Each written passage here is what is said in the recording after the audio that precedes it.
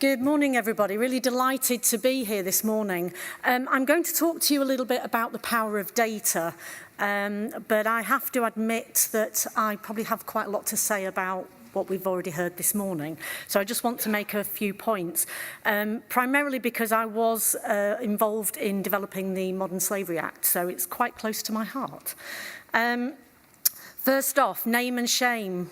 I unfortunately don't agree with that. I think we should look at name and fame. I think we should actually hold people up who are doing the right thing and give people role models to look to. So for me, name and fame is the name of the game. Media. Media is actually quite dangerous for businesses because nobody wants to wake up and find themselves on the front of the Mail or the front of the Telegraph. And so I think what we need to do is actually work towards this name and fame and actually praise people who are doing the right thing. And we also have to remember, we've talked a lot about statements. Statements are a piece of paper. The purpose of the legislation is behaviour change. For me, do we need more legislation? We probably need to tweak it. And I would argue that we do need a monetary penalty on the face of the bill. We did try to get that in at the time. I think that's what talks to business. Your legal counsels will say, well, what's the monetary penalty of this? Well, we can't actually tell you at the moment. And also, government really needs to be prepared to use it. So we've seen 2.5 years down the line that, yes, 50% of businesses are not complying. And that's because who's going to take any action against them? We haven't seen any yet. So I would argue that we need to put legislation in that actually drives the right behaviour change. I just want to talk a little bit to you today, though, about the Modern Slavery Helpline.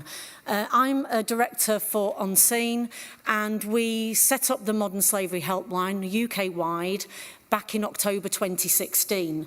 And it was interesting because I said to my new team at the time, don't worry, we won't get any calls. Fortunately, unfortunately, that's not the case. And I want to explain to you a little bit about what we do, how we work with partners, and what we are really seeing both in the UK and overseas. So we are a charity, but we run the 24-hour Modern Slavery Helpline, and we work with a whole range of different people. We're confidential and we're independent. And I want to come back to the point that we've heard today about potential victims, about survivors. They are at the heart of what we do. We don't use the term rescue because many of the individuals that we come across don't recognise themselves as potential victims, don't actually want to be pulled out of that work that they're doing for £3.50 an hour or for £20 a week, because they think it's better than what they potentially have at home if they're not a UK national. It doesn't make it right, but it just puts our conversation on a different level. We work with so many different individuals. We get calls from potential victims themselves, and interestingly, in terms of modern slavery cases, about 10, 12, 15% of our calls, depending on the time of the year, will come from potential victims themselves. We also work with statutory agencies, and it's interesting that we sit here thinking that business has the answer. We get calls from police officers who don't know what to do when they have somebody who they suspect is a potential victim of modern slavery. So to expect a consumer, to expect a business, to expect anybody to deal with this in isolation, I think is woefully inadequate. We need to work together. We need government to take a stand.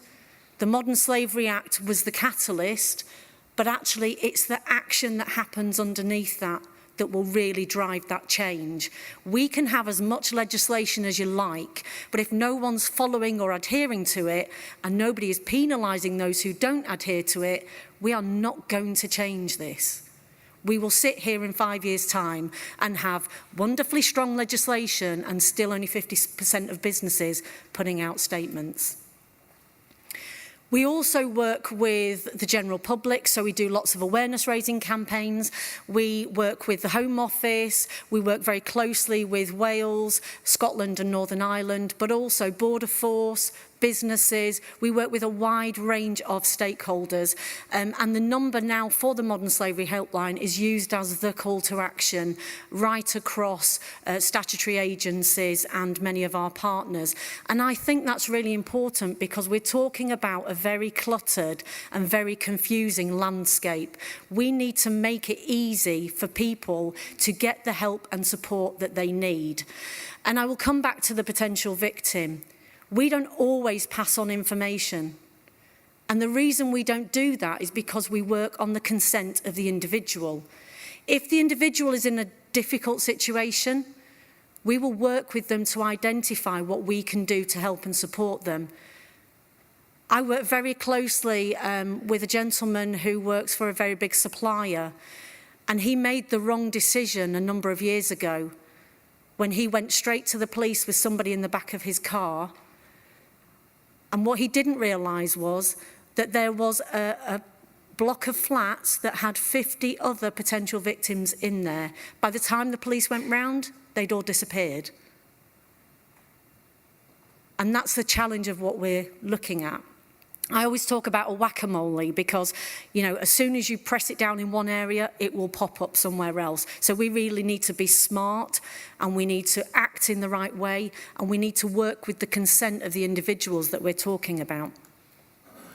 So I just want to give you a flavour of the number of helpline calls we're getting. That first week back in October 2016, we took 40 calls.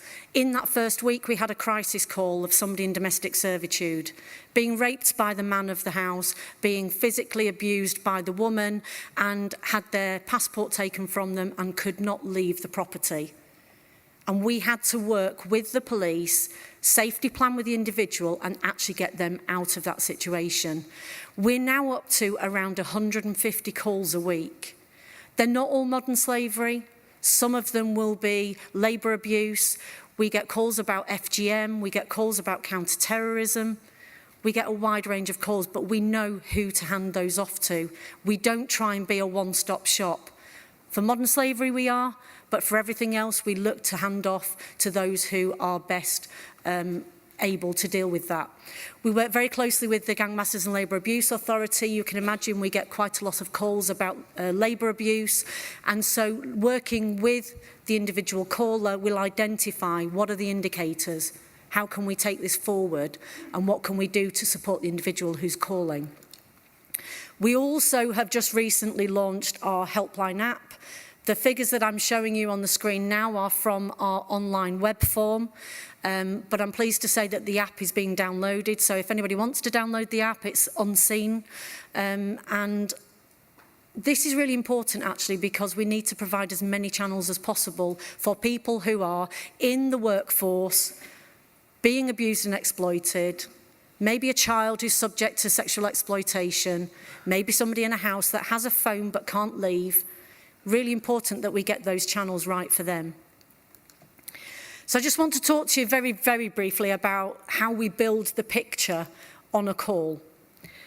So we take the caller's details. Sometimes a caller will give us those details, sometimes they won't. But we will take as much personal information as we can so that we can help and support them and work out what's happening. We then look at the situation that's being reported, and we'll look at where it's happening. When did it happen? Because sometimes we're talking about historic situations. So it's important to get that up front. Is it something that's happening now? Are you safe now? And then we will start to build that picture. Where have you come from? Where are you being moved to? And then very crucially, people involved. Are there any other potential victims in that situation? Because even if we take action with the one individual that's calling us, there may be many others in situations as well. So we need to tread carefully and use this information sensitively. And then we'll ask about indicators, and these will be the determining factors as to what we do with the actual case. So we will work with the caller. Is the caller the victim themselves? Are they in direct contact with a potential victim, which is really important because you get more of a corroborative story?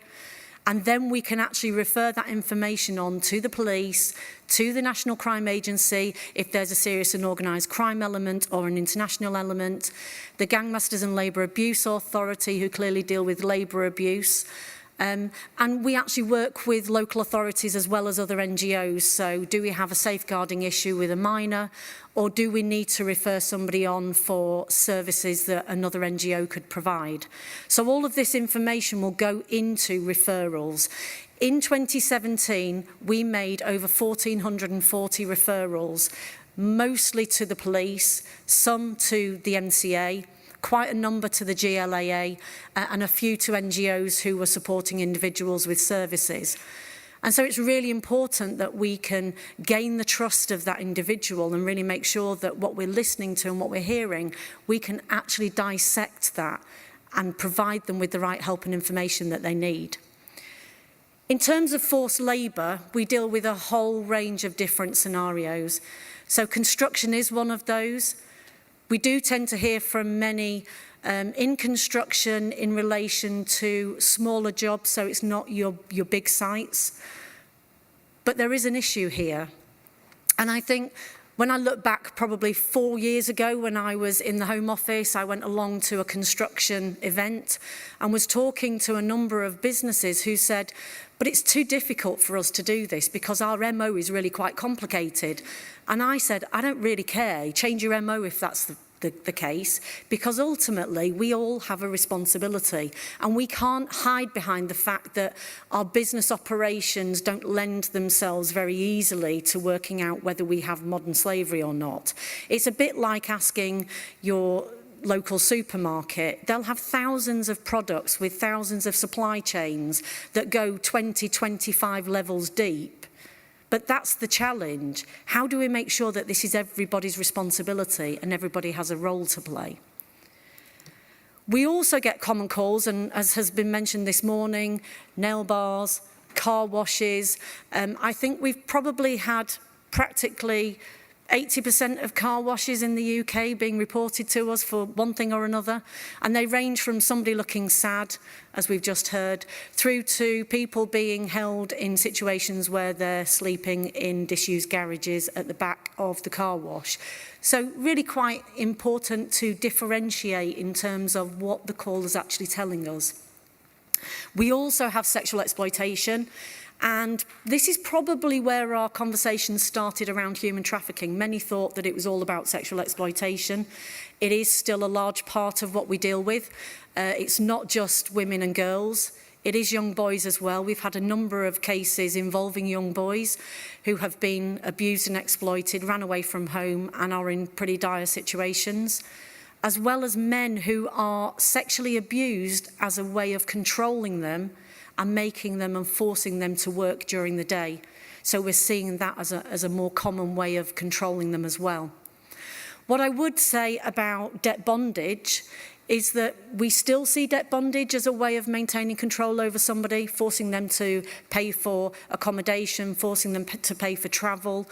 But we also see financial control outside of the workplace. So when we're telling businesses, make sure you check the bank accounts of the people that work for you, make sure you check the addresses so you haven't got 15 people all in the same address. They're starting to become wise to that as well. So what we're now seeing is that bank accounts are being set up in the individual's name, given to the employer, but the bank account card is never given to the individual. So for all intents and purposes, as a business, you're paying that individual who's coming to work every day, and they're not getting any of the money. But there are still indicators that we can look out for. And a simple indicator, you pay somebody on a Friday, but on a Monday, they don't have any money, or they don't have any food with them and they can't buy anything from the canteen. That could be a potential indicator. It might not be an indicator of modern slavery, but it's one of those that will set you on that path of asking the right questions. So in terms of what we do, we really look at what the caller wants and needs. As I said, this is very much about consent, and it's about working with the individual. If the individual's at risk of imminent harm, we would call the police or we would get them to. If it involves a minor, we would also waive that anonymity because it's important that we provide safeguarding and protection for our young people. But we do talk through options, and we make sure that the caller is very, very clear about what their options are. We never say, we think you should do this. They've had a life or a period of time in their life where they've been told what to do, and they don't have that option of choice. So we never tell them what they should do. And I think one of the key points that I want to make in terms of what we do as the Modern Slavery Helpline is that we do put out statistics. We're now part of Number 10 and Home Office comms campaigns, making sure that when we do raise awareness that people have somewhere to come, they can access that help and information that they need. And for me, data is really powerful, but really it's only as powerful as the way in which you use it.